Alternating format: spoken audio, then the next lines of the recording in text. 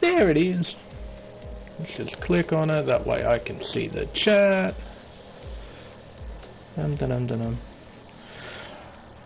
Okay, so we've got 19 drivers, but apparently there's one more that's coming, I think.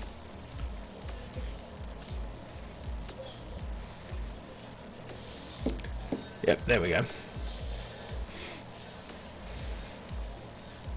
Zach, what are you doing on this thing? Fuck off and do tier 1. Rightio, ladies and gentlemen, welcome to another Spec Esports stream. It's time for round 15 of the championship. We move away from Europe, we move away from Formula One's Temple of Speed at Monza, and we move to Southeast Asia, ready for the Singapore Grand Prix. Hopefully, this will be one hell of a race, particularly for the drivers, I have to say. 5-kilometer circuit and 23 turns. It's narrow, it's fast, and it's incredibly demanding, and all of those added together creates a real nice concoction of action, drama, and generally fantastic racing. Couple that with the fact that this is going to be the longest race of the entire season, we should be in for one hell of a show. But ladies and gentlemen, sit back and relax and enjoy what sure is going to be an awesome 2-hour stint of racing. I think it will be around about 2 hours. Oh, actually no, that's with full quali. So with short quali, maybe an hour and 40, maybe. We'll have to wait and see. But here we are at Singapore, at the notorious Marina Bay Street Circuit. One of 3 proper, I'd say, street circuits. You could kind of put in Mexico City and Australia's Albert Parker street circuits, but they're not really. Singapore, Baku, and a little track called Circuit de Monaco, probably the 3 proper street circuits on this calendar. Let's get the track map up. There we go. So, as it is with street circuits, qualifying is incredibly important. Track position on circuits that are incredibly difficult to overtake. Well, it's fairly obvious, really. Yeah, very difficult to overtake around here. Although there are certain spots that you can make some moves at. It's not impossible, it's just incredibly difficult. It's not impossible in the sense of Monaco, but it isn't just an overtake fest like, I don't know, Monza or Belgium. Should be in for a fairly nice night, as Dan the Racer is the first driver to go out onto an outlap of this circuit. Now, let's get cracking into qualifying and eventually into the race. It's probably best to mention what's happening in the Drivers' Championship, and it is a close one. As of Monza, we have now got 8 different race winners. 8 different race winners in this championship. It's been incredibly competitive. And leading the championship at the moment is Renault driver Misty Griffin. Only 1 race win to his name, but he's been incredibly consistent and is leading the championship on 159 points to P2, which is Kick Butt Kiwi, who was also only won one Grand Prix, that famous and controversial race at Germany, at Hockenheim, that we all remember. It was quite the race. Harass fills the 3rd place spot with Aussie Suspect in P4. And just to iterate how close it is, Kick Butt Kiwi is 34 points behind Misty Griffin on 125. Then P3, Harass, is on 122, only 3 points behind. And Aussie Suspect, he's also on 122. So it's a really close fight for P2 in the standings, and hopefully we might see a title fight towards the end of this championship season. Right now, while we've got the opportunity, we're going to let Dan the Racer take us around this 5-kilometer, 23-turn circuit. Coming through turns 1, 2, and 3. Nice little complex to start off the lap. Turn 4 now into turn 5. Very critical corner, this one. If you stuff it up, you ruin the run onto this straight away. You lose a couple of tenths because you've stuffed up the corner, then you lose even more time because you don't have the speed on corner exit. Into turn 7, which is one of the hot spots on the circuit. It's a nice overtaking zone. There's plenty of room to do so. You can carry a lot of overspeed using the DRS through turn 9 as we've got it. It's James Cruz. Okay. I was going to say, if that was harass, dear me, that's not a great start to a quali session. Dan Racing now coming across the Anderson Bridge into the hairpin as drivers are slowing up just to give each other some space. Actually, there's a Toro Rosso that's almost stopped on circuit with a Racing Point right in behind. Is that Installator? No, it's not. It must have been Gold Gloves. Okay, just a very odd scene there. Now Dan the Racer coming through this third sector. We got yellow flags again. Oh, dearie me. Keep my eye on Dan for just this little while longer. Through turns 20 and 21, then into turns 22 and 23. Another set of important corners. If you stuff these up, you ruin the run onto the pitch straight away. As Dan the Racer goes faster, so 1 minute 38.793. As you'd expect from the first driver to set a flying lap. Installator smashes that on the medium tyre as well. A 1 minute 37.617. Let's see. Might ride on board with our championship leader, Misty Griffin. Now this could be quite the important race. He's got, as I said, a 34-point margin, which is quite healthy. That's at least one race win.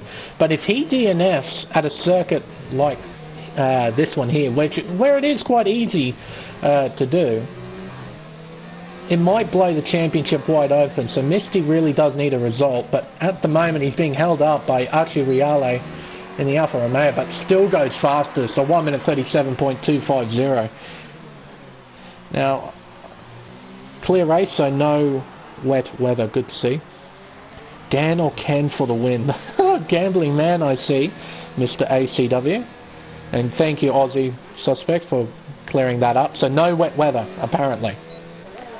But this is F1 2019, as Aussie Suspect now goes fastest. On the mediums as well, that's a very nice lap indeed. But as I remember now, Misty Griffin got held up on his flying lap, so Misty Griffin's time is not representable at this stage. Harass coming through the final two corners. Comes across the line and now sets a new fastest time, a 1 minute 37.050. Now let's see. If I remember correctly, in regards to strategy, I'm pretty sure it's either two-stop or... Okay, so it's a one-stop or a two-stop around here at Singapore. It's either mediums to hards, or the two-stop strategy is softs, mediums, mediums, because I remember that softs tend to really burn up around here at Singapore. They burn up uncontrollably around here, so you want to try and avoid them as much as possible during the race. As Dariogram 23 has joined the session, righto. Tall Cold Royal coming through turn 6, no, turn 7, not turn 6, through turn 8. This will be a nice way to look at the lap. On the medium tyre as well, a bit of understeer there through turn 9. Short blast into the notorious Singapore sling. It was a lot more notorious back when it was first created. A very narrow, bumpy chicane that claimed many, many drivers, including Kimi Räikkönen, just making a slight error and going over those sausage curbs on the inside, sent him into the wall. Luckily they re-profiled that section to make it a bit more drivable. Still quite a demanding piece of track. Understeers a little bit, Tall Cold Wheel. Still doing alright though. Second gear, third gear. Using the traction control to his advantage. Making sure he gets the most out of it, and he pulls out of a lap, okay. So he wasn't happy with that. Just going to pull in, maybe put on a fresh set of, well, I guess softs. You're only allowed one set of mediums in this session. So, with a clear race, we don't have to worry about wet weather, which does occur quite a bit here at Singapore. It doesn't mind a wet weather session. However, when it says clear, that doesn't mean it's going to rain. I've seen it a couple of times on this game where it says it's clear, but what it actually means is that the track is in a, in quotation marks, dry state, or where you have to use the dry tyres because it's fastest.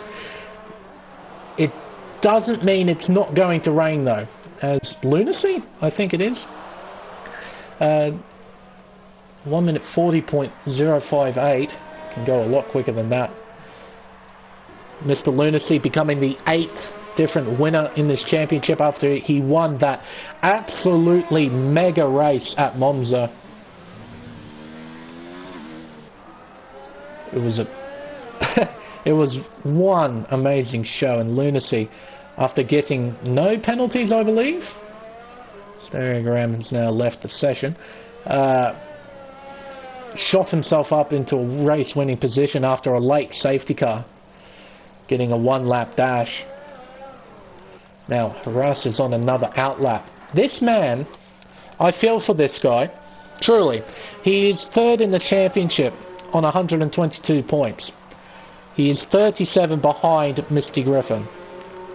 He has not won a single race as of yet. And he has been in quite a number of positions where he could have.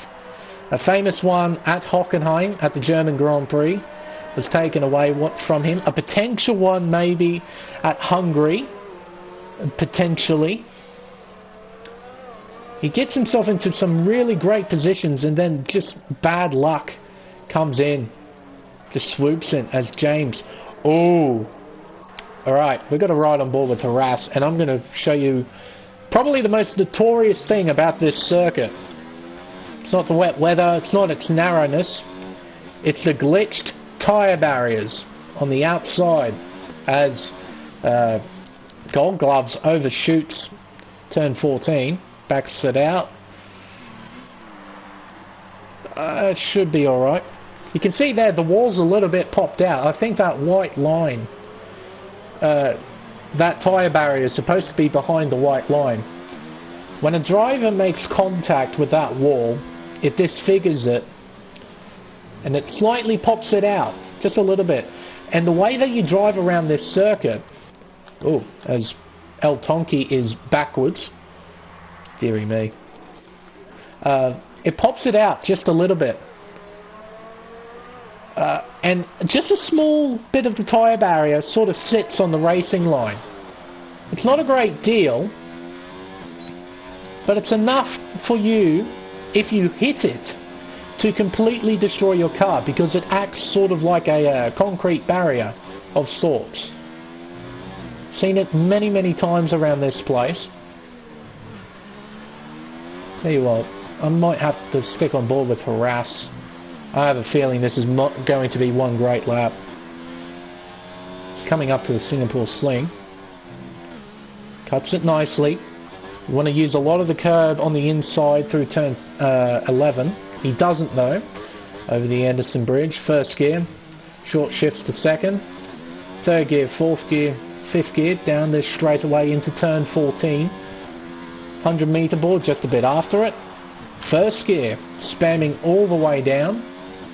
Really abusing the engine braking in the game. Second gear, short shifts to third. Keeps it in third. And he'll go to first gear. We've got yellow flags. Missing end plate, that's why. Second gear, third gear into fourth. You can see there just interchanging between gears just to get that little bit of extra rotation. Comes through the final two corners and it's a 37 flat. He just beats his lap time. Only just. And there's still a bit of time left in the session as well. As Misty Griffin now goes fastest. But he's on a set of softs. Oh, and hurrah. Oh, Aussie, you were 36.5, but he invalidated. Servanite now goes to P2. Ken Tenmar goes to P2. But these guys are on the softs. It's not a great thing to start on. They just burn. They burn uncontrollably in these conditions. Like, according to real life Formula 1, They run about 16 PSI around this circuit. In the game, the lowest you can go is, I think, 19.5. So you're running with 3 PSI extra pressure, and it just burns the tyres up too easily. Yeah, I'm pretty sure I'm right in saying that. I remember hearing it from someone. I can't quite remember who. I think it might have been Stuart McKenzie. But yeah, they run about 16 PSI around this circuit, and the lowest you can go in this game is 19.5. So no wonder the softs just burn up on this track. Harass is invalidated. Servonite's on the in-lap. Actually, Yale's coming into the pits. I think Lunacy will be the next driver to set a flying lap.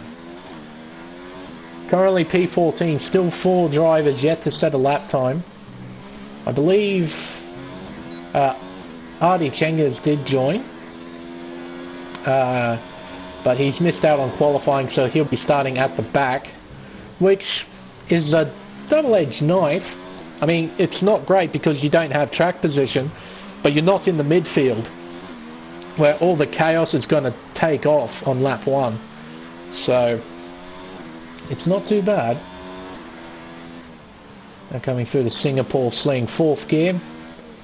Shifts into 3rd, a bit too late there. He needed that earlier, that 3rd gear earlier to get that rotation. 2nd gear. That's to minimise wheel spin. 7th gear, he'll probably use 3rd, I'm thinking. There we oh, 2nd. There we go. And he's purple. He's purple through sector 2. Then again,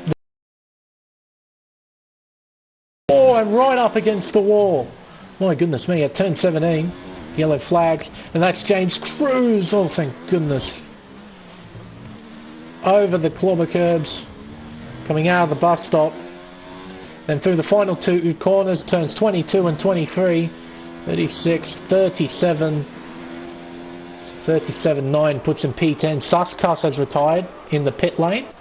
He hasn't crashed a car. But now these guys are now coming out on soft compound tyres, and that is a broken end plate, I think, on Lunacy's car, so his session is done. Look, it's nice to have track position, but those softs are just going to be horrible to race on. Really, they are such a horrible race tyre. So,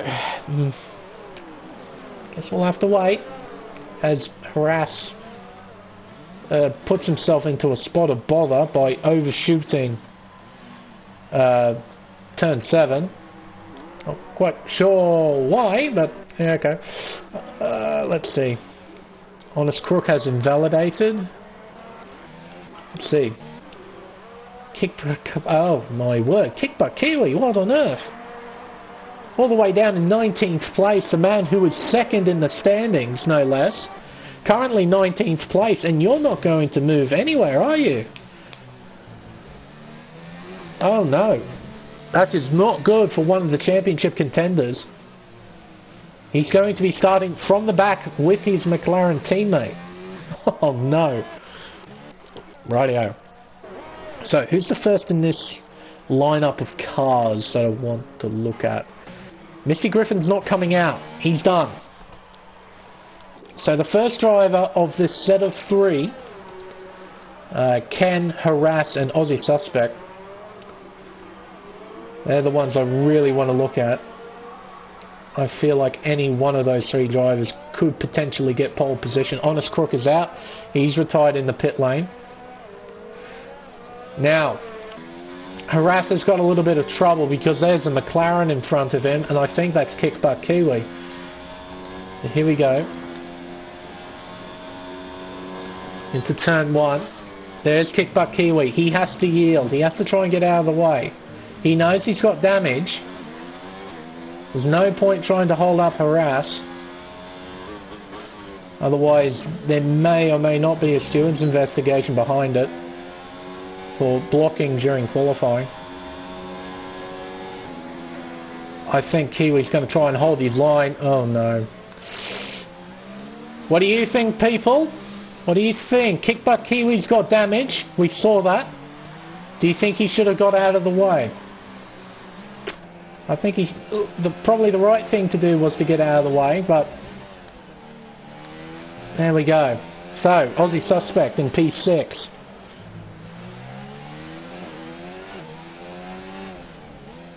He's on a fresh set of soft compound tyres, and he's got 2 wins next to his name. One from Silverstone, another from Belgium, where he had an absolute masterclass of a race around a very demanding racetrack. Currently equal third in the championship with Harass, and after seeing what happened to him, he's not going to improve his lap time.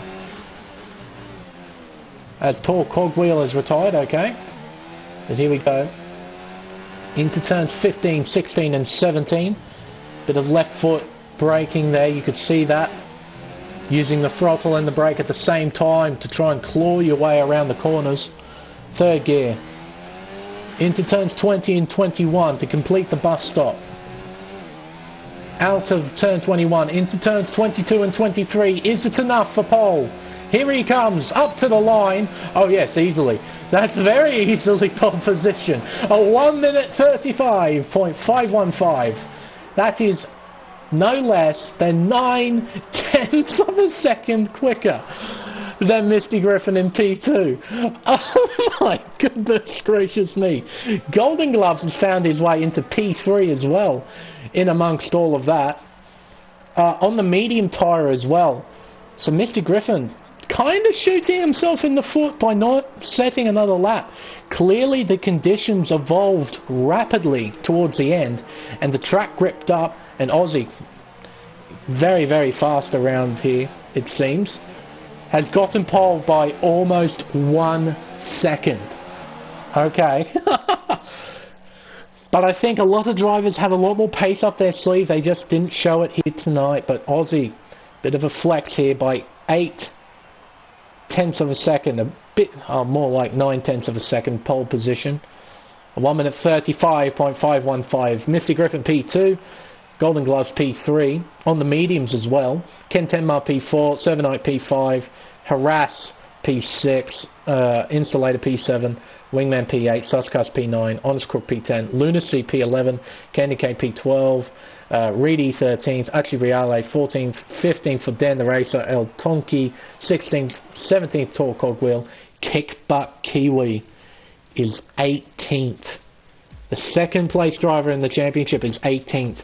And rounding out the grid after qualifying is James Cruz. But of course, Artie will be joining the race in the 20th grid slot. Now we move on to the race itself. I believe it's 31 laps off the top of my head. Very, very long race here at Singapore. Yeah, just what happened there between Harass and Kickbutt Kiwi? It's just rubbed me the wrong way. It's just, you know you've got damage, but, and I know you haven't set a lap, like he hasn't set a lap time at that stage, which is why I guess he continued with his flying lap. You know you've got damage. Why hold up anyone else trying to set their flying lap times? I'm sure Harass won't be happy about it. So I'm guessing there might be an incident report thrown in there, perhaps. But we'll have to wait and see. Now, let's get the tyres up. I want to see what they're going to start on, these fellas. So, interesting to see that not a single driver from 11th all the way down to 20th is going to be starting on the soft compound tyre. Not a single one of them, which is quite a smart thing to do, because the softs just don't work here. They are great for like 2, maybe 3 laps, and then they're dead, completely dead. They get too hot, you start losing grip, and they become useless. Very, very useless. So, I don't know how the soft runners are going to go. They may need a safety car or two, because they're definitely doing a two-stop. There is no way they can do a one-stop around here. Maybe you can, but it will be so slow in comparison to everyone else. And because of the two-stop, you now have to fight your way back. You've got fresher and grippier tyres, but you have to try and fight your way back through the field. And this track is not easy to overtake on. So, yeah, it's not looking good for the soft runners. Gold Gloves, probably the best out of the lot on the mediums and in P3. And Sevenite in P5. So where are the championship contenders? So, two of the championship contenders are starting first and second, but they have to do a two-stop, more or less. The next best championship contender is Harass. He's in P6, and all the way down in P18 is Kickbutt Kiwi. And those are pretty much the only championship contenders in this. The fifth place driver is BK, but he's gone to Tier 1. He's got 100 points because he took 4 wins on the trot. After him, I think it's Lunacy on 87 points, if I remember correctly. It's a big gap between 6th place all the way up to the top 4. It's massive. So this championship fight is pretty much down to Aussie, Misty, Harass, and Kickbutt Kiwi. And I say, from the start of this race, looking at the grid, the best place out of the lot is Harass 18. But when I say stuff like that, I put a curse on him. So who knows who's the best place out of all of them? We'll have to see how the safety cars pan out, I guess. But here we go, ladies and gentlemen, for the first race on this Asian tour in the Formula 1 calendar. And it's lights out and away we go. Here at Singapore, into turn 1 we go, and look at them scramble all over the place. All side by side, 3 wide, going through turns 1 and 2, and side by side still for the leading duo. Now everyone seems to have gotten through relatively okay, it seems. Oh, hang on, something's happened to Installator. Oh, we have a car! Oh, we have a crash! That is... oh no. Oh no, oh dear. That's Suscus. That was a Haas that got turned round. And he got T-boned, I believe. I don't know by whom, though. Oh, dear.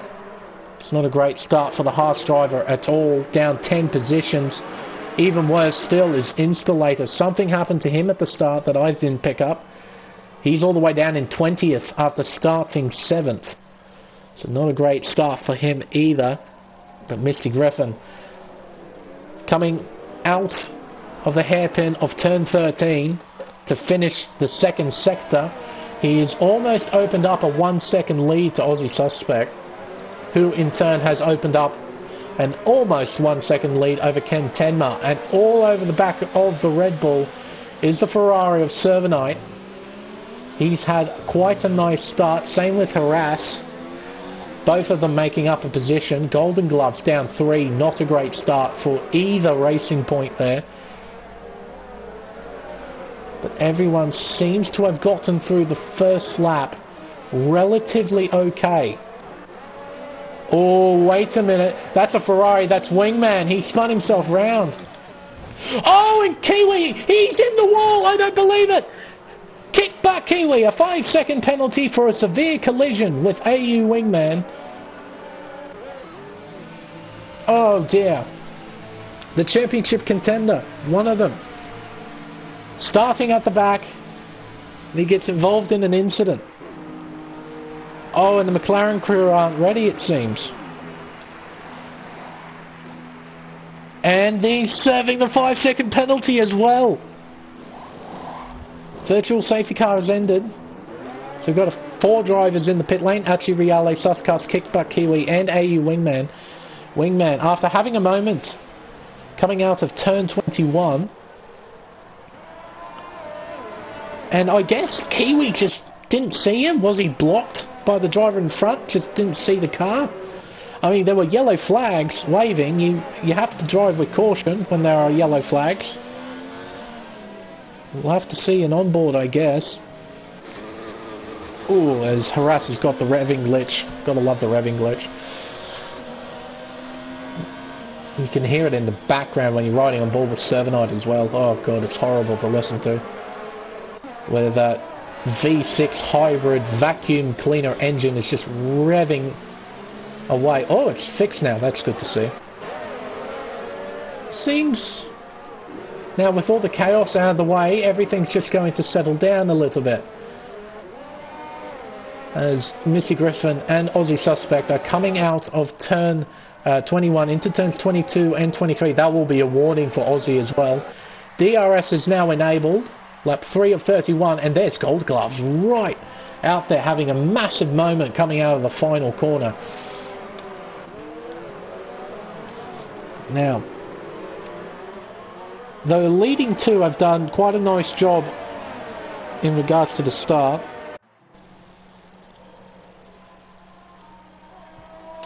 They've pulled out almost a 1 second margin to Ken Tenma in P3. They've done well. Looking back, look at this train, this almighty train. You can see it on the minimap. From 1st to 8th, they're all within a second of each other. Has Aussie made a mistake? He must have... Oh, and almost into the wall as well. At the Singapore Sling. So he's made a mistake at turn 9. He's now fallen into the clutches of Ken Tenma. All over the back of them. Sector 2 yellows. I think that's just a slow car. But that has given Mr. Griffin a massive boost. He's now broken away from his rival. He's opened up a 2.3 second margin through turns 15, 16 and 17. And into the bus stop once again. But I think at this stage everyone's sort of in self-preservation mode. They're not pushing too hard quite just yet. Oh, as Gold Gloves. Very close to losing an end plate. As Missy Griffin sets a new fastest lap of 43.2. Now, will Ken try and look for a move on Aussie? Now he'll need a good run out of turn 4. Let's see if he can do that. Aussie's gone a bit deep, but it seems he's carried a good amount of speed. Can Servanite look for a move maybe? But here we go, into turn 7. Ken, does he dive? He does! He sends it into turn 7. A bit of lock-up. Oh, and a very nice move by Ken. Very, very nice. Oh, and Server, he looks to the inside, but he... Oh, and Harass is in the wall! Oh my goodness me! That's... Oh my goodness! And is that wing damage? It is wing damage. My goodness me, I've never seen a car react like that. It's sort of like it half ghosted. It started to ghost and it stopped ghosting about halfway through, and the car just jumped up into the air. My goodness me.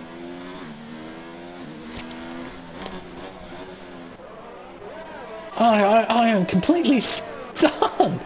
Just the Server just understeering, not giving a Harass and effectively doing a Grosjean at the same corner as well. Harass just seeking an opportunity around the outside. There your wingman gets a 3-second time penalty. It was looking like a good move too. But yeah, Servanite just more or less understeered into him, I guess. Kind of hard to tell from that camera angle, but yeah, contact between the two and Harass has definitely got damage. So he'll be coming in as well. On the mediums. See, this is where the softs aren't such a bad option. But obviously you're not planning to get damage. You're planning to have a fairly good race, and when you have a good race, the soft to not soft, the medium to hard strategy is typically the best one. Now he's onto the hards. I don't know if they'll make it. We'll have to wait and see.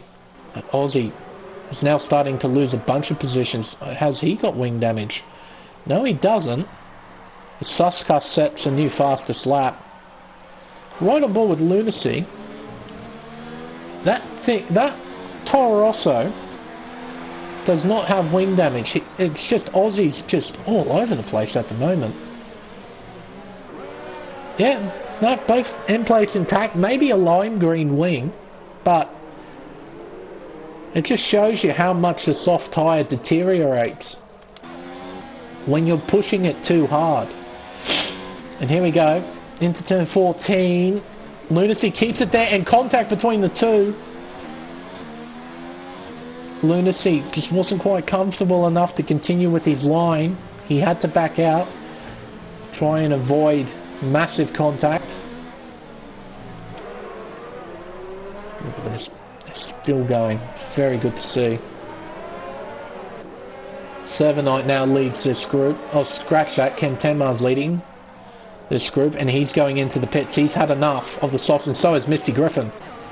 So the lead is in. So, wonder what they're planning. Is it two stints on the mediums, as Servanite gets a 3-second time penalty? It is easy to do that. This circuit is a bit like Russia. You really have to maximise each millimetre of the circuit. As Tonki makes a move on Candy Cane for P8. You really have to maximise each millimetre of the circuit. But if you go just a little bit over that, you get a warning for corner cutting or for track extending. And it pretty much happens anywhere on this circuit. As this battle's actually looking kind of interesting. El Tonki, Candy Cane, and Installator. Candy Cane, is he close enough? Oh, he might have been, but he had to pull the car up. That leaves himself vulnerable to Installator into turn 8, but can't find him. Oh, and the Renault's almost in the wall as well on the outside. Coming through turn 9 into turn 10. Still, Installator can't find a way past. There's not many overtaking opportunities through here. Maybe turn 13, the hairpin right here, but it's probably better if you wait for turn 14. But Candy Cane gets a very nice exit.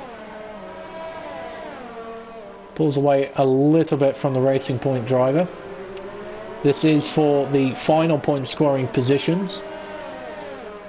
P10, P9 and P8. El Tonki in the clear air is starting to pull away from the two behind. So it's looking good for him. On the hard tyre, he'll be switching on to the mediums. And doing just the one stop as Aussie's now into the pits. So how much of an undercut will the two other drivers get, Misty Griffin and Ken Tenmar? We'll have to wait and see. Actually, here they come. Wow. There goes Misty. And where's Ken? Here comes Ken. That's a massive undercut. Look at that. That's absolutely huge. He's not even out of the pit lane yet. In fact, well, not quite close enough. I thought it might have been close enough, but apparently not. So, we'll have a look back at the leading two.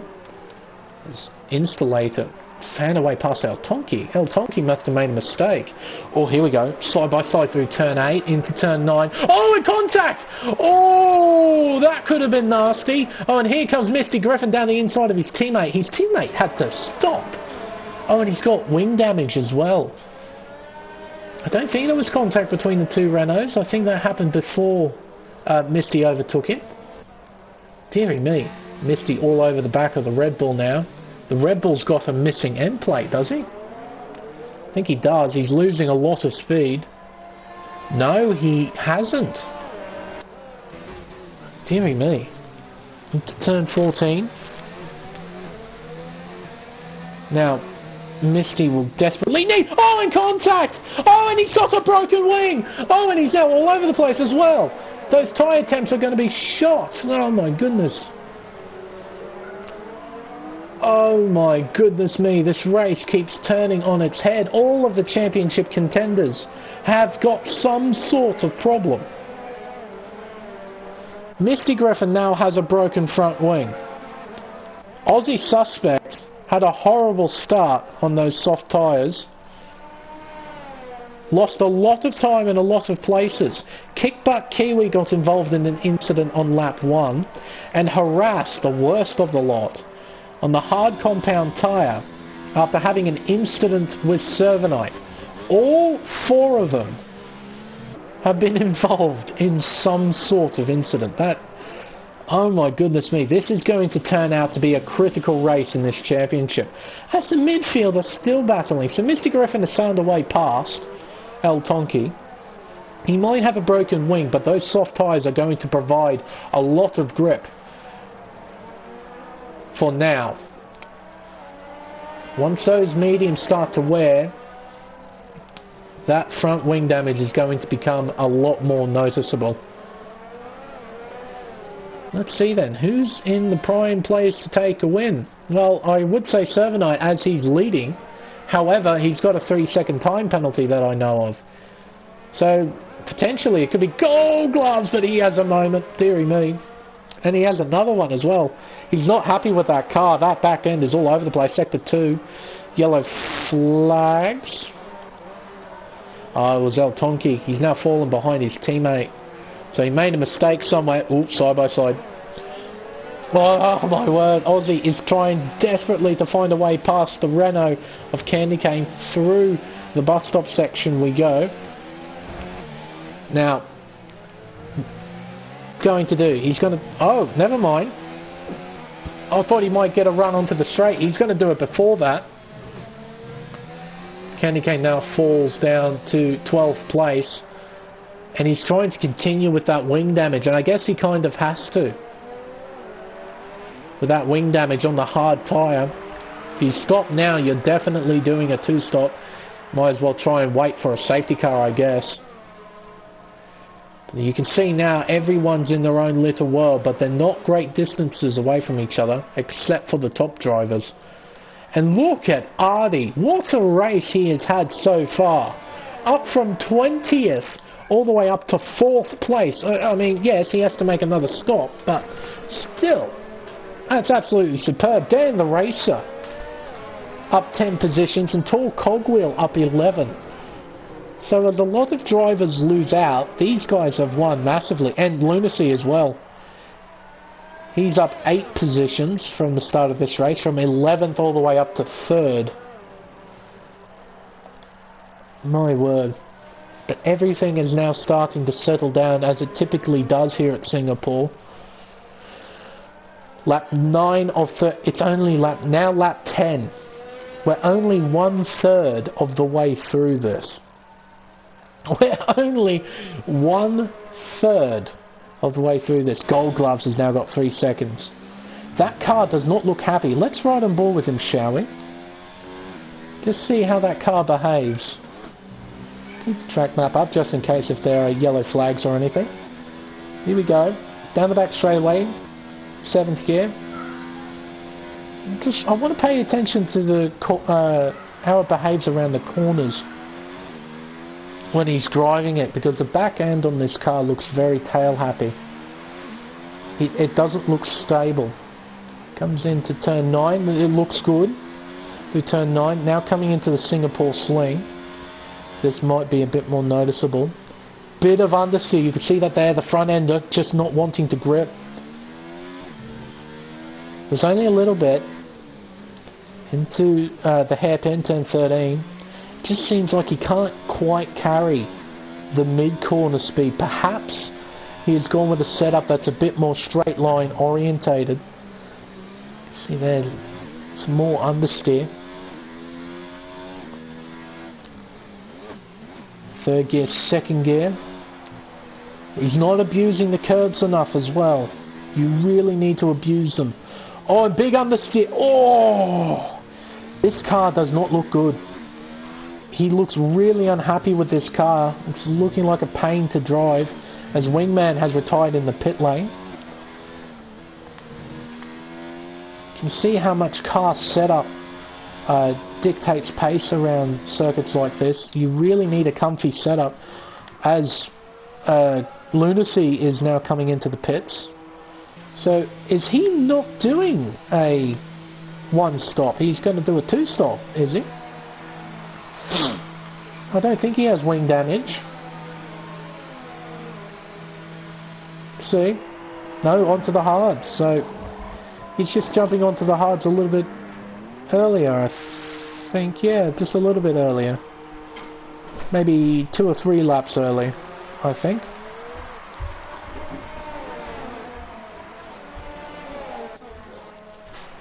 Let's see. He comes out in 11th place from his P3 all the way down to 11th. Let's go around a little bit. Deary me. Now, Kickback Kiwi and El Tonki are going side by side. Kickback Kiwi's taken the position. He's moved himself into 9th. That's another 2 points towards his championship chances. Aussie Suspect, another 3-second time penalty. He does not need that right now. Does not need that at all. Me. Oh, excuse me. Now, let's see, Tor Cogwheel and Dan the Racer. This is the battle for P4 as Servanite's in, so he's going to cover Lunacy here. Try and minimise that undercut, and Golden Gloves is going to go long. Might not be a good idea just by the way the car is behaving at the moment, as Dan the Racer is now into the pit lane. So he's going to switch from the mediums onto the hard tyre as well. As the driver's jumping around a little bit. Oh, and lag between those two, thank goodness. It's just a bit of lag. They're really... the internet's starting to jump around a little bit. Bit annoying. Not sure what's happening. Hopefully it'll sort itself out in a minute. But these guys, look at this. Battle for P3. Got Misty Griffin. Tor Cogwheel, Misty Griffin, Servanite, Ken Tenmar, Aussie Suspect. 5 drivers rather, as Achi Reale gets a 3-second time penalty for multiple warnings. Just give me a minute, I'm just going to see if I'm downloading or uploading an update or something.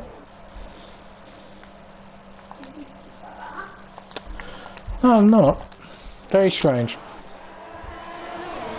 Very, very odd. Just having a moment. Cars jumping around a little bit. I hope it's just me and not them as well. It'd be quite annoying. Now coming through into the 3rd sector. You can see that Cogwheel. Oh, I had an understeered moment. Very odd. Golden Gloves onto the soft tyre. Hard tyre rather. Is he still in the pits? Can't be. He is still in... Why on earth was it in the pits for so long? What on earth happened there? Out of the pit lane. In P8.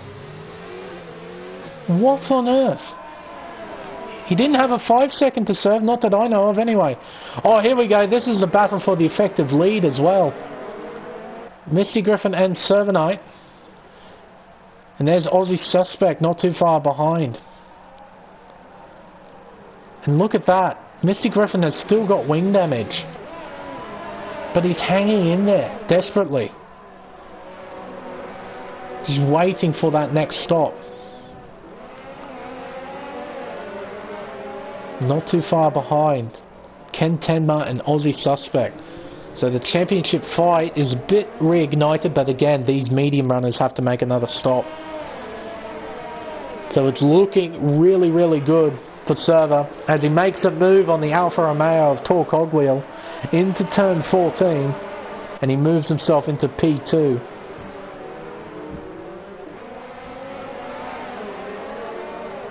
Meanwhile, Ardi Chenges on the hard compound tyre. Done well. Currently from last place all the way up to first place. He's done really, really well. Servanite at the moment in prime position to take this win at this stage. But of course, still a lot of running to go ahead, so could be a safety car here, could be a safety car there. As AU Wingman has now left the session. And here comes Ken down the inside into turn 6. This is going to be tight, and it is tight. And here comes Aussie Suspect down the inside as well. Not quite. Ken and Misty still side by side. Oh, in contact! And the championship win sent into the wall. I don't believe it. Oh no. And goes through, does Aussie Suspect. On the both of them, he says thank you very much for that. Oh, that's not a good look. And I think Ken let Misty by, or something happened, because now he's 5.4 seconds behind Misty. Didn't quite see what happened. Oh, and sent down the inside of Golden Gloves, and he spun! He spun round, oh, at the hairpin, dearie me. Gold Glove sent it down the inside. Front wheel to side pod contact. Spun the car right round. Now I think, yes, Kickbutt Kiwi's got wing damage from that. He won't be happy. Harass. Oh, good. He doesn't have wing damage. I thought he might have got caught up in all that. Lunacy definitely got caught up in that. So did Ken, but Ken getting away. Doesn't seem like any damage. Might be a few scuff marks on the side pod. Yeah, Gold Gloves just trying to make a move at the hairpin, it seemed. Either that or he outbraked himself into the hairpin. And look at that. And Kiwi's in as well. He can't go any further. And onto the hards, I guess. Now, they are changing his tyres. It's just very late. I heard the audio. It's just the game wants to glitch out like that. And look at this, my goodness. What on earth is this? 15th, 14th, 13th, 12th and 11th. Not a single one of these drivers are in a position to score points. But there's El Tonki just ahead of them. That's the point scoring positions right there. They're going to try and hunt down the top 10. This pack of cars, this pack of 5 Formula 1 cars, all trying to hunt down the top 10. And we're only halfway through this thing. Oh, down the inside. It's a very clean move by Dan the Racer. Gets the job done. Moves himself into P12. Let's see. We'll go back up here towards the leaders. Sector 2 yellow flags. Is that Archie Riale? I think it is. It is. He's had a moment. And now Artie's being hunted down by the Scuderia Red Ferrari of Servanite.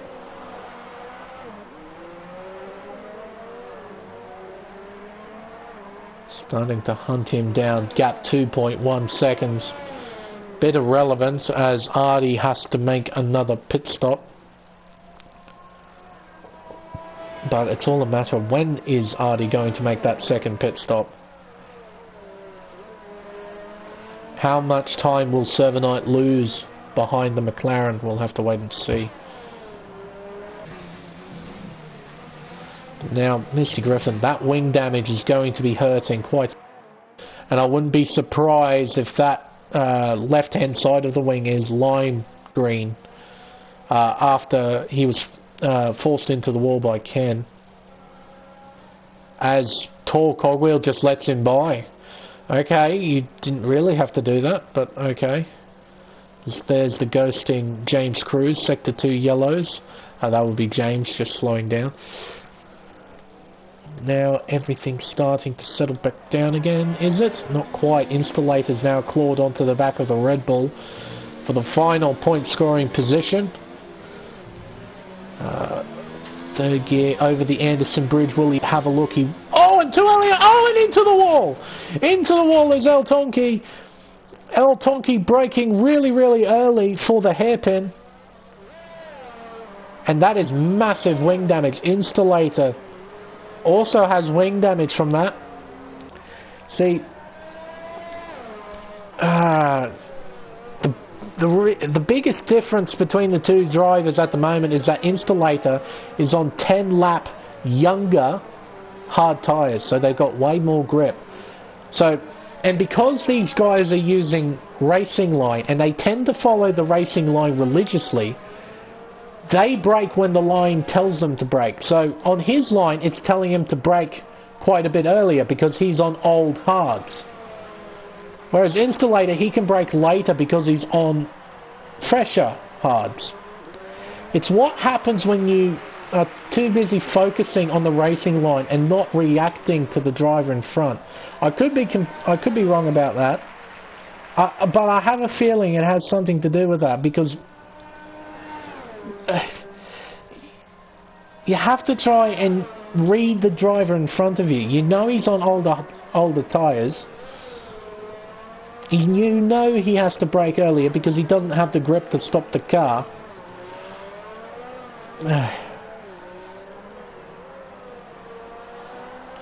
See, that's why me as a driver, personally, I don't like to use racing line, because I don't want to get fixed to something on the circuit I shouldn't be looking at. I should be looking at the driver in front, always, or whatever else is happening around you. You can't be focused on the racing line.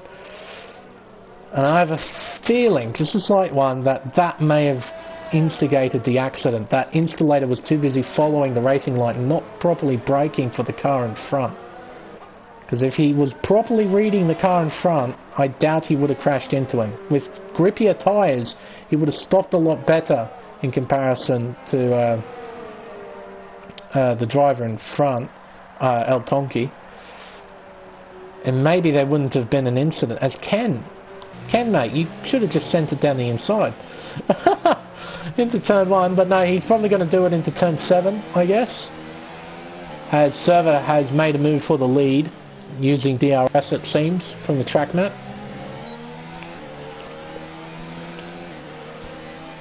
But here we go, turn 6, to the inside. It's a very straightforward move. All the grip, all the speed in the world. Makes a move, moves himself into P5. Really 3 seconds for multiple warnings. So, with that move into the lead, Server can now just push on towards the end of the race. And that front wing damage is really starting to take effect, it seems. It seems that even James Cruz, the ghosting car behind, is keeping up with the championship leader. So, at the moment, it's not looking good for him. Losing a lot of time to Aussie Suspect, provisionally P2.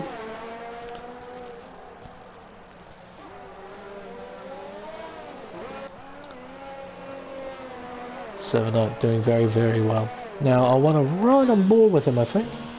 Doesn't look like a great deal else is happening on the circuit. Oh, scratch that. Something's happened to James Cruz. Okay, I saw the Mercedes spot. Oh, as something does happen to Arras. Huh.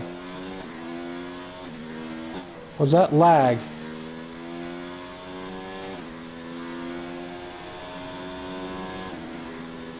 I hope that was lag. It just... odd. Very odd. Sector 2 yellows. Just a slow car, I'm guessing. Misty Griffin onto the softs. You, sir, have shot yourself in the foot. You have definitely shot yourself in the foot. I know it's tempting. It is not a good race tyre. It just isn't a good race tyre. I mean, yeah, you'll gain that initial speed with the softs, but they are going to be that horrible to drive on. And on a circuit like that, like this, where it demands a lot from the driver, you don't want to worry about the tyre too much, just degrading like that within an instant. You need to be on a good race tyre like the medium compound. These soft, they'll be quick, no doubt, but they're going to be very dead towards the end of this race.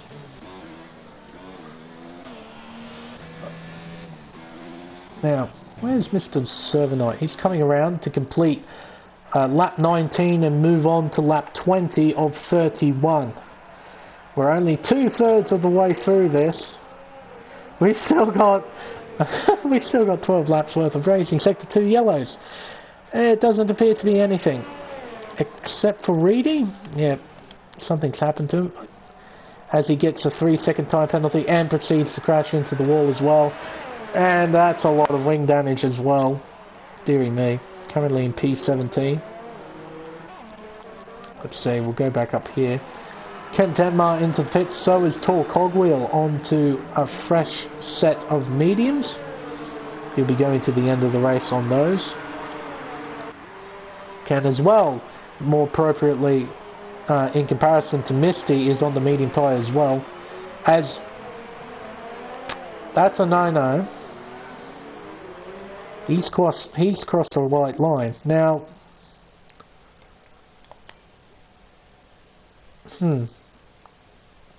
he definitely crossed that white line. The game doesn't like that when you cross a white line, particularly under safety car. If you cross that white line under safety car, you get an instant 5-second penalty. It's a little bit interesting there. Just have to... I'm not sure if the stewards might take any interest in that. As Reedy's out, he is retired in the pit lane. So hopefully that won't cause a safety car. So, Sector 1 and 2 yellow flags. I think that's just for Reedy's tyre also. So in comes Aussie Suspect. He'll be switching on to the medium tyre. Oh, and he's got to get a slow stop because of his teammate as well, is he? He is! Oh, he is going to be so mad at Reedy for this. Retiring in the pit lane has cost him vital seconds. Here comes Misty Griffin and Kickbutt Kiwi and Ken Tenmar. He's come out in front of them, but he should have been a lot more in front of them. Now they're only just a couple of seconds behind, if that. Oh dear. Oh dear. Now, looking at the grid as it is, rather the leaderboard as it is, as Kiwi and Dan the Racer are having a bit of scuffle. Here we go into turn 8. Oh, it's still looking good. It seems that everyone is now on to their final stint. I think everyone will be able to make it to the end. Maybe not Harass and Honest Crook, but I think they can still make it at this stage. Got a very nice area shot. Here we go into the Anderson, over the Anderson Bridge into the hairpin.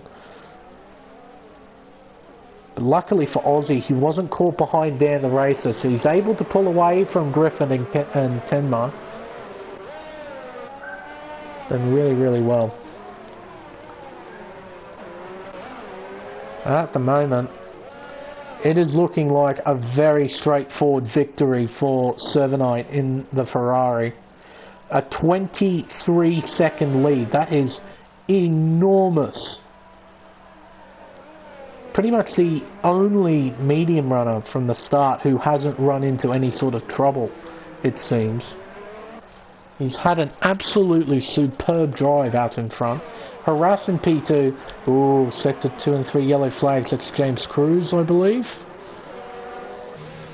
As Dan the Racer has now fallen to 9th place, being overtaken by Kickbutt Kiwi. In through turn 4 into turn 5, Sector 3 yellows, it's James once again.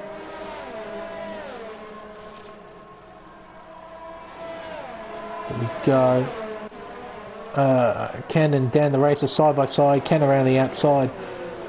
He moves himself into the top 10, but Dan the racer, he got a half decent run out of turn 7, but just got nowhere to try and use that power. Sector 3 yellow flags. Is that actually harass? No, it's James Cruz.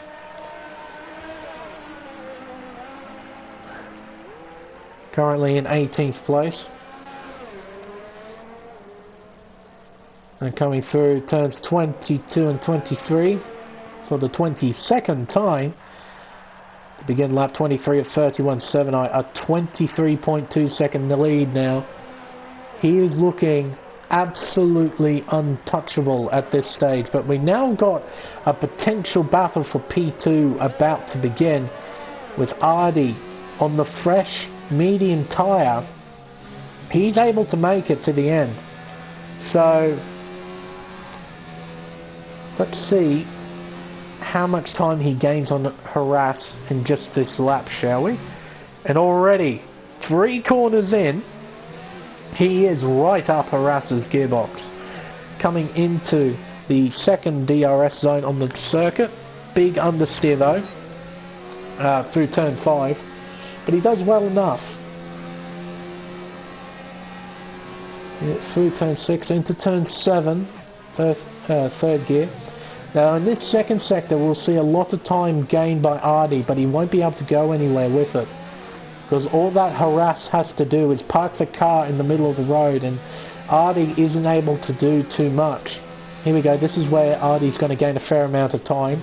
Through the Singapore sling. He's gaining. And he's going to come up right behind his gearbox. Second gear keeps him in second. With the grippier tyre as well, you're able to get better exits. So he gains a little bit of time on corner exit. Second gear through turn 14. Short shifts to third rather. Now into turns 16, 17, and 18 and 19. 20 and 21. Harass is doing a good enough job to hang on to his second place for now. But all that Harass needs to do is make one mistake and he'll let the McLaren through, who has, by the way, has had a superb drive. From 20th on the grid, is currently P3, eyeing down P2. Here we go. He needs a good run out of turn 5. If he can nail this run, and he hasn't. Too wide. Too wide. You really need to try and kiss that apex. But he's got DRS. He's chucked it up into overtake. He's going to move to the inside. Harass is going to hang it around there. Doing well. But Harass, he just does not have the grip on the tyre to keep up with the McLaren. He moves into P2. But Harass also another fantastic recovery after that incident with Servanite. I mean, there's an obvious question mark over Servanite in regards to that incident. But with his sheer lead, he is almost untouchable.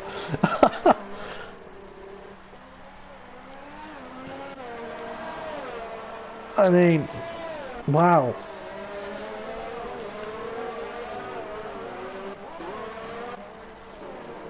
And look at this. Oh my word, look at this. This is for P6, Honest Crook, Installator, Kickbutt Kiwi, Ken Tenma, Misty Griffin right in the back of that train as well. And there's Tall Cogwheel, so he can get involved in this. Oh, and a big overshoot by Installator. Big overshoot. And he loses a position to Kickbutt Kiwi. Almost went into the back of the Haas, but luckily he didn't. Through the bus stop. Remember, these are all for point scoring positions.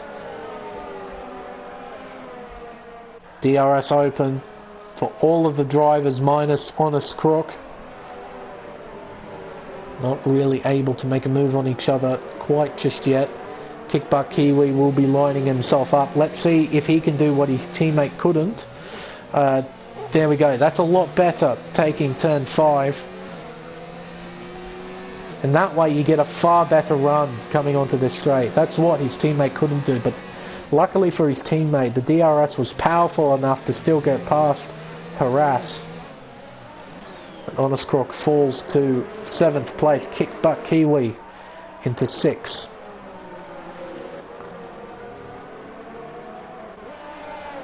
Wow.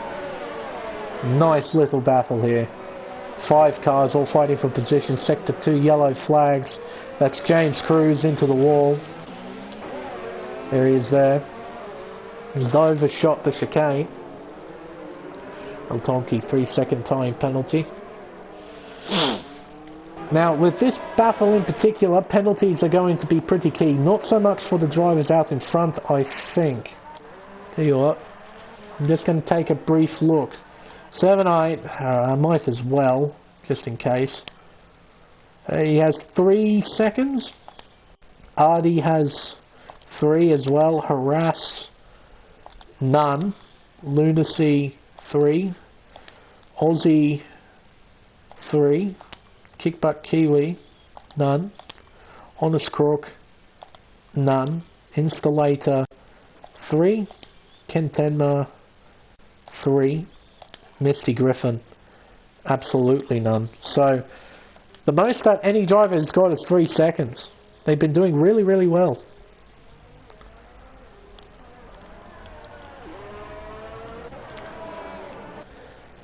Now back to this battle. Kickbutt Kiwi, Honest Crook, Installator, Ken Tenma and Misty Griffin. And here comes Ken down the inside of Installator. Installator's going to try and hang around the outside. Will he go for the inside? Yes, he will. They give each other the space. Installator, though, has got a broken front wing, missing end plate. Hello, wet weather. I was wondering where you came in. Told you, ladies and gentlemen. I told you. This game is beyond bloody broken. It says dry. It says dry, right? What it actually means is that it is, the dry tyre is ideal for this particular time period. When it says it's going to change to, when the wet weather icons come up on the weather screen, it means in that period of the race, that's when the intermediate or the wet weather tyre is the more preferred tyre. So even though it says it's dry all the way through, it actually just means the dry tyre is the most ideal one. It doesn't mean it isn't going to rain. It happened in Belgium, and it's happening again. I can't remember which race in Belgium. I think it was for another league, where this exact thing happened. It just rains at the end. It's not supposed to, according to the weather, but it's just how the weather works. Spec makes a move on Lunacy for P4. He's going to try and hunt down Harass in P3, and suddenly those medium runners are going to look pretty good, because the hard tyre in these conditions are going to be absolutely horrid to drive on. Particularly Aussie. He's going to be very, very fast in comparison to Harass.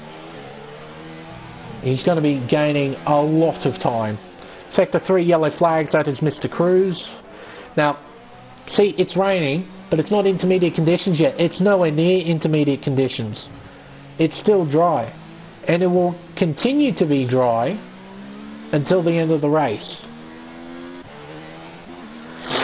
Because this game is beyond broken. It doesn't tell you at all when it's raining. It just tells you what tyre is more preferable during these particular time periods.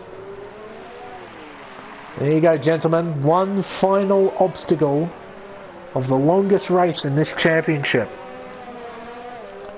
Bit of wet weather. Look at that. He's already within a second of the Mercedes. That's how much extra grip he has. In these conditions, those hards would have absolutely nothing. Might as well just drive on ice. But here we go.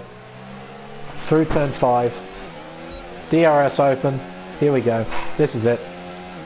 Down the inside? Yep. You'll have the outside line for turn 7. But with the grip that he has in comparison to Harass, Harass can do nothing. Installator, a 3-second time penalty to his name now. Should move back to that battle actually. Golden gloves. I keep saying golden. It isn't. It's just gold gloves. Force of habit, that. As we got drivers, it's not time for intermediates, fellas. It's not going to be intermediate conditions for a while.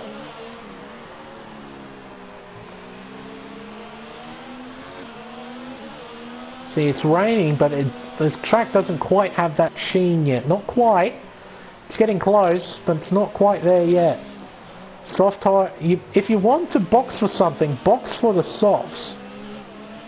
As DRS is now disabled. Okay. Didn't think it was quite wet enough just yet, but it is wet enough apparently. And 7-8.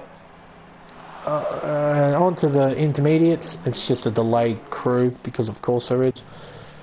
Now what will some of the drivers do? There's not... Oh, I think you have to box.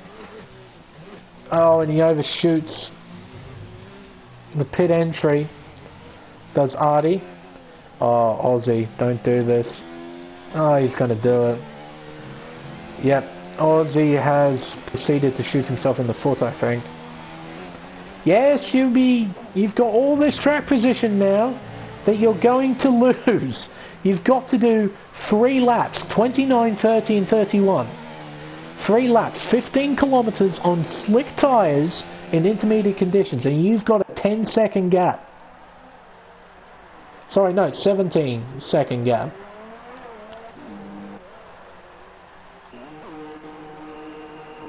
Dear me.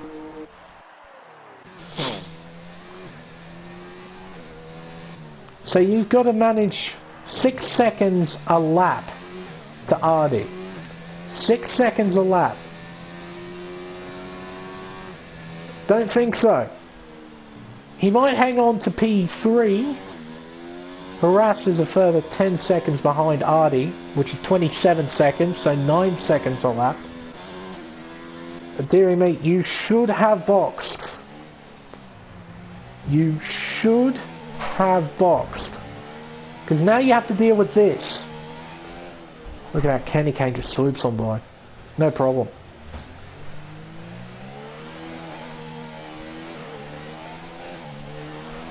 Gap now down to 13 seconds. Now 12 and a half. He's gaining a lot of time. Aussie's not going to hang on to P2. He might hang on to P3. Might. He should have boxed. He really should have. Look at you. Look at you. You've got to box.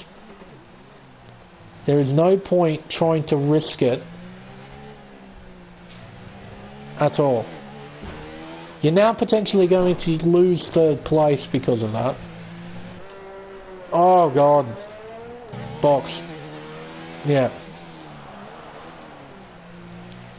Should have done it last lap, but oh well.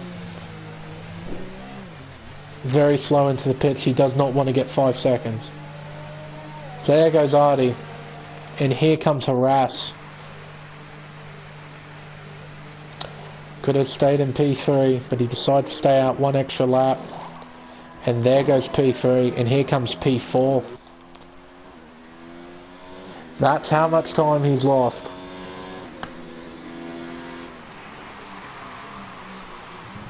Oh dear.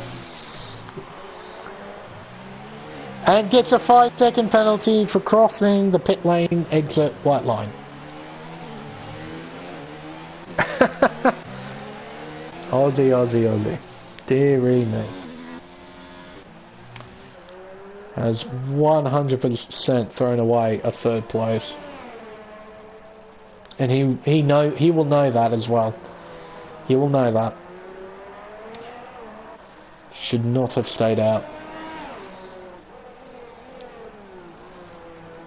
But amongst all the chaos and drama of the midfield, this man has driven an absolutely superb race. Really. He is kept, for the most part, out of trouble. There is a question mark over his head after what happened with Harass that we all saw. But this has been absolutely brilliant from Server Knight. He will come out of the final corner to start off the final lap of this race, as James Cruz gets a 5-second penalty for speeding.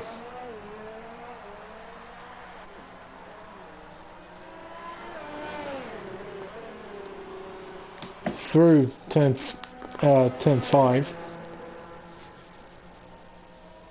down the back straightaway through turn 6, and at the moment there's not much else to look at this stage.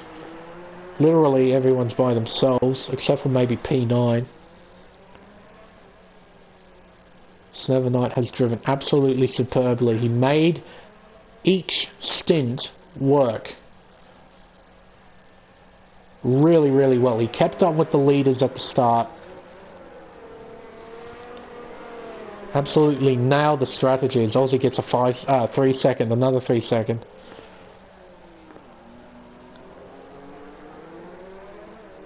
It's just been almost like a Sunday drive. Excuse me, for the reserve driver. Tour cogwheel, 3 second time penalty. It's more or less a lap of honour for Server.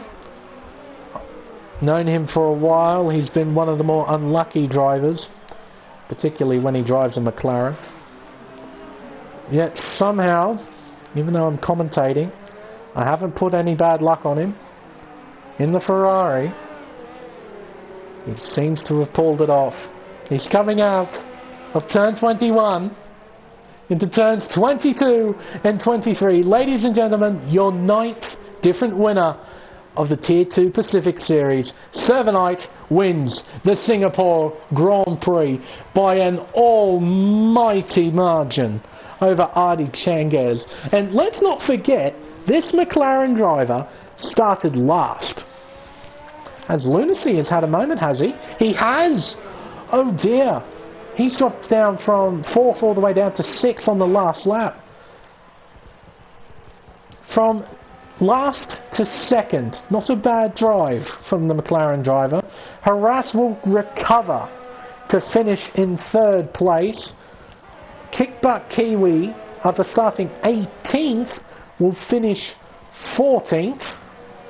P4, has climbed 14 positions and will finish 4th.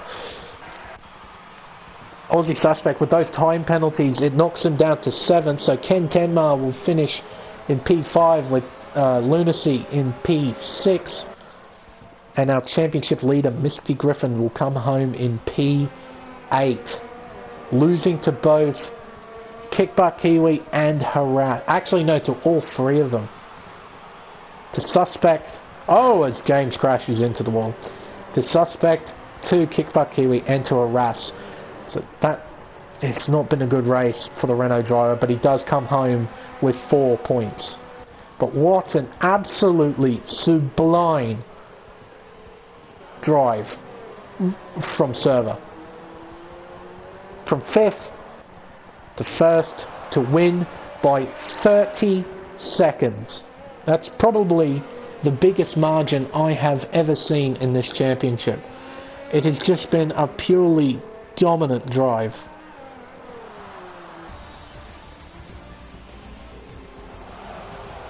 Well done, Mr. Knight. Maybe your curse with me is finally broken. It's quite funny. All the way back at the start of my commentating career, I commentated for a league called Dynamic Racing Series.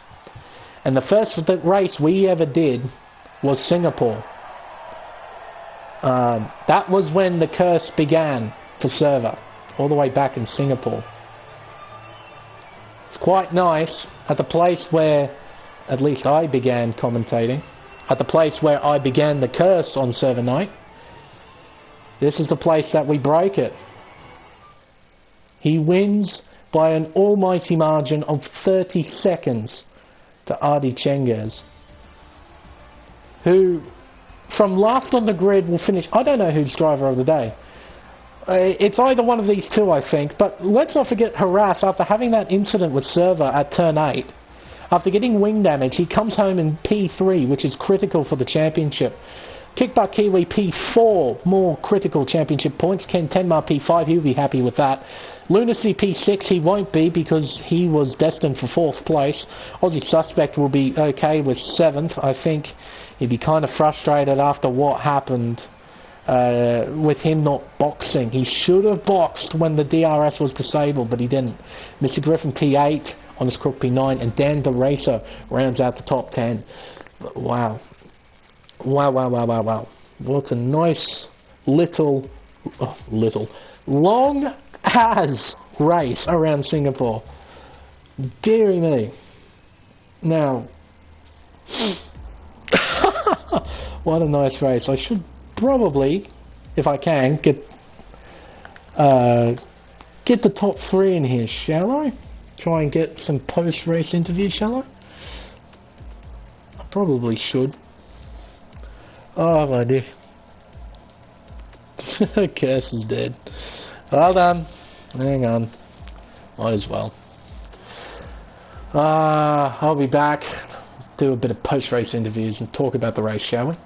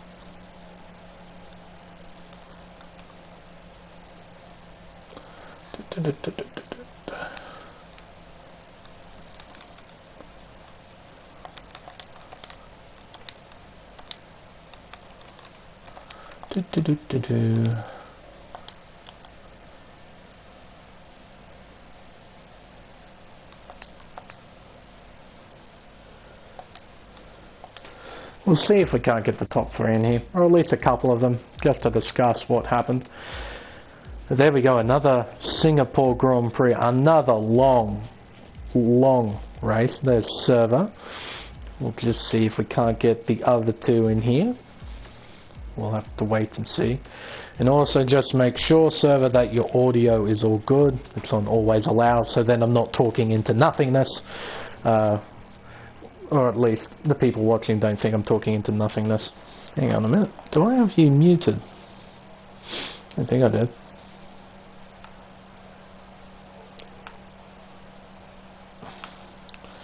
Right. So we should have the top 3 in. Oh, dearie me. Just as soon as Artie is in the party, hopefully we'll get these things underway. Let's see. So, Server Knight, you're there. Harass, are you here? Okay. And Artie, are you there? Righto. So let's start these interviews, shall we? So, bit of post-race interviews after the Singapore Grand Prix, and just before I start off anything, I just want to say congratulations to all 3 of you for your finishing positions. We'll start off with 3rd place, Mr. Harass. Could have been a pretty nice race for you. You were up at the top for quite some time. Just talk us through how your race went as a whole. I was catching up to Server Knight and whoever was in front of him, and I was side by side with him. I think it was Ken Tima in front of him, and yeah, I was side by side with him and just got driven into the wall. Yeah, we saw that on stream at turn 8. I know incidents like that happen in racing a lot. You must be pretty disappointed after that, but recovering to P3 is a nice recovery. Yeah. I think I'm the unlucky one in this league. You definitely seem like it. You're always in some sort of good position, and then just something happens. But still, well, you still recover to finish 3rd place, which nicely, out of all the top drivers in the championship, you finished the highest out of the lot. So, according to the championship, you're doing quite well. So yeah, I had a good run on the hards on that second stint when I hit the pit, and then rain. I was gonna go to the end on them, then the rain came out, so I was in a pretty good position to jump on the inters and go from there and finish the race. Now I had some good pace on the hards. I noticed you were in P4, I think, just before the rain came. Aussie was in front of you. Were you surprised that he stayed out? Yeah, I was, because I was sliding around on that lap when I came in. I was sliding around because of the rain, but yeah, I was surprised that he stayed out and I came in, and he done an extra lap in the rain, so that's how I jumped. I got a big gap on him when he stopped to put on his inters. Well, thank you very much, Harass. We'll move on to P2. Artie, congratulations on the P2. Was the plan all along to miss qualifying, to start from last, and then to finish P2? Well, I mean, it's a bit of a long story. So I was just, you know, it is my birthday today, so like I got a bit caught up with, you know, taking calls and opening presents and all that, and I just missed out. Yep. So basically, yeah, missing quali at Singapore, you know, starting P20. Yep. Never would have I thought, like, you know, I'd be sitting here in P2. But, you know, luck and keeping clean, that's basically just how it went, really. Well, mate, that was an absolutely superb drive. From 20th to P2 at Singapore. I mean, you must have thought you were pretty screwed after missing out on qualifying, but yeah, that was a great recovery. Yeah, I was just hoping just to points if I'm lucky, but just to keep it clean and have a decent race. Yep. And you know, anything past that would have been just, as I said, a bonus. And yeah, through the first stint, all the carnage going on around me, just managed to sort of avoid all that.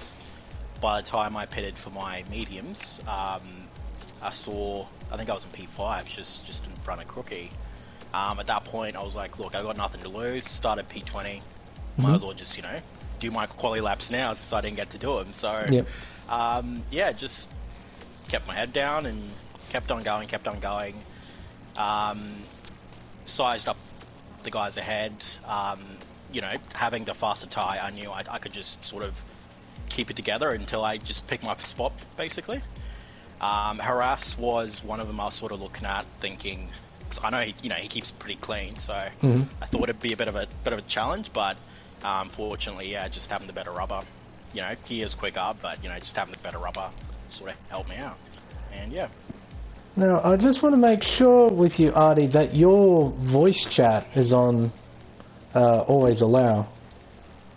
I should have made sure of this, but yes it is. Yep, okay. I'm just double checking with the stream. I just saw Honest Crook telling him to share voice chat. It kind of scared me a little bit, but no, I could hear you. Very good. But no, absolutely fantastic drive, and well done for keeping your nose clean for that long and coming home in P2. But now, Mr. Race Winner, Server Knight, you have got no idea how long I've been waiting to do an interview with you for a podium celebration. You know, I've been doing this commentary gig for 6 months, and ever since I started, I put a bloody curse on you. For some reason, every time I do commentary, something bad happens to you. And finally, on the circuit where it all started, you get to race win. Mate, that was a phenomenal drive for the most part. That was really, really something. Just take us through it, man. How did you come out 30 seconds on top of the rest of the field? Oh, well, firstly, went with the optimum strategy of not being in McLaren. That's been the downfall since you started commentating with me.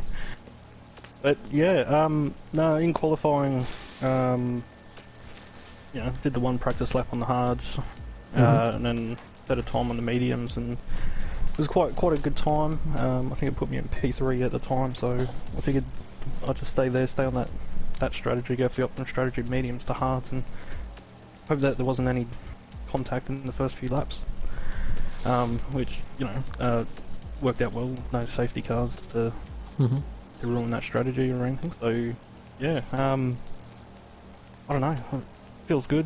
First career league race win for me, so be popping the champagne tonight.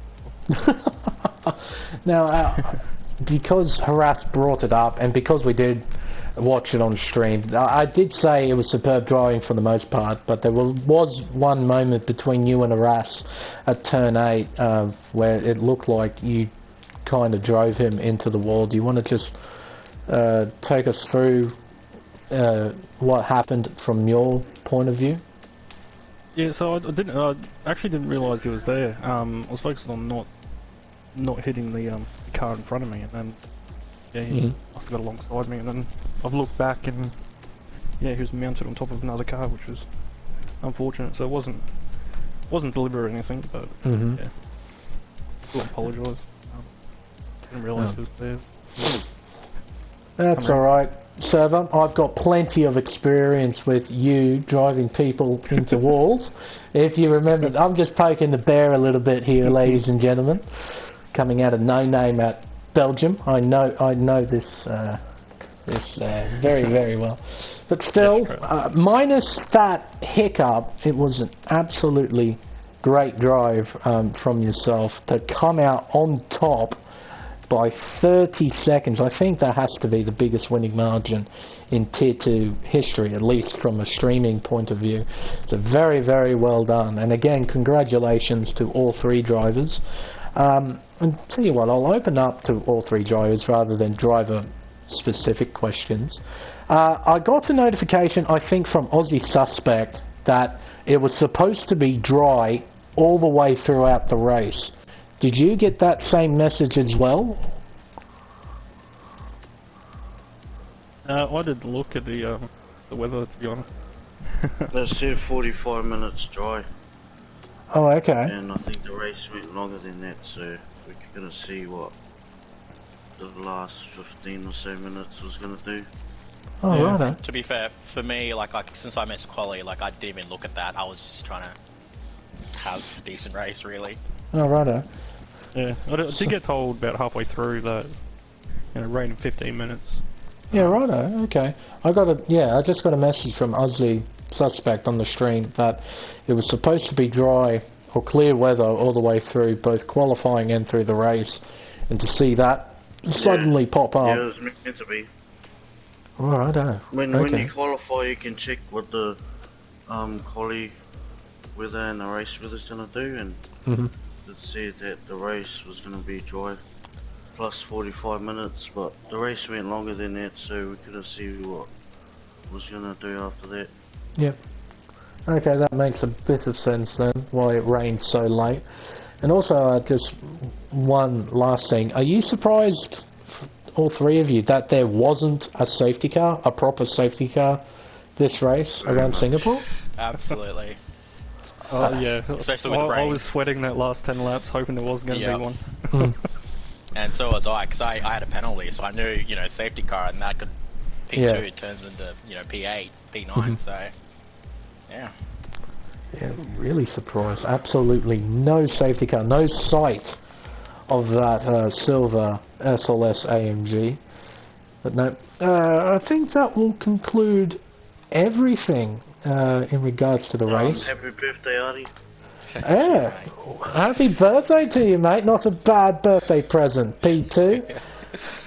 Yeah, You'll take that any day. Any day, indeed.